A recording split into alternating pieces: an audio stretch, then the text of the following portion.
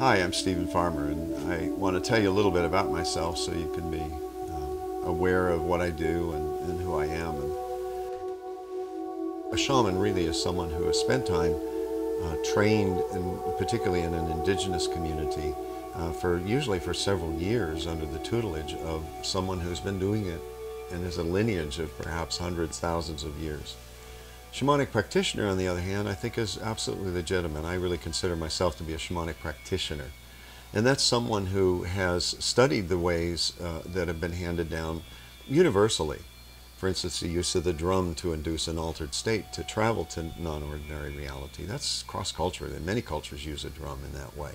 Or rhythm of some sort, or singing and or dancing. So those shamanic practices, the shamanic practitioner can bring in, and again, the shamanic practitioner basically follows the same guidelines, is to work with the helping spirits, develop relationships with helping spirits, so that he can bring that back to work with the patient in whatever ways he's instructed to do so, to heal at the spiritual level, you could say at the level of soul even. And that's one reason that I've tended to call what I do something that I think is broader, which is soul healing.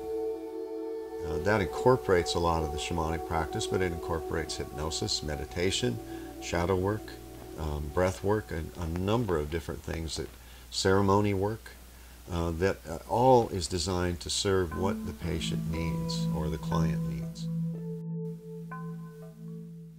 Direct revelation is something that is absolutely necessary for any kind of shamanic work.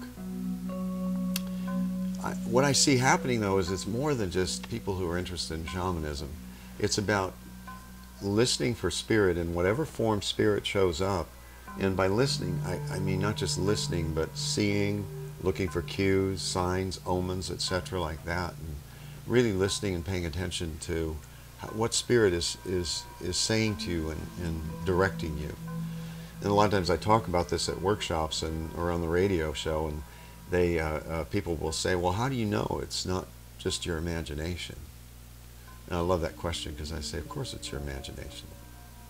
That's the way that you're going to hear or see or know spirit, is through your imagination. That's different than fantasy. That's different than an idea. It's the imagination. It's that aspect of you that extends far out into the field and connects and is related to that message that's coming in to you. And again, one of the key, first thing I would say too about any of those messages, that the spirit will never tell you to do harm. Number one, first thing, main thing you need to keep in mind is spirit will never ask you to do something that's harmful or that's completely out of your character.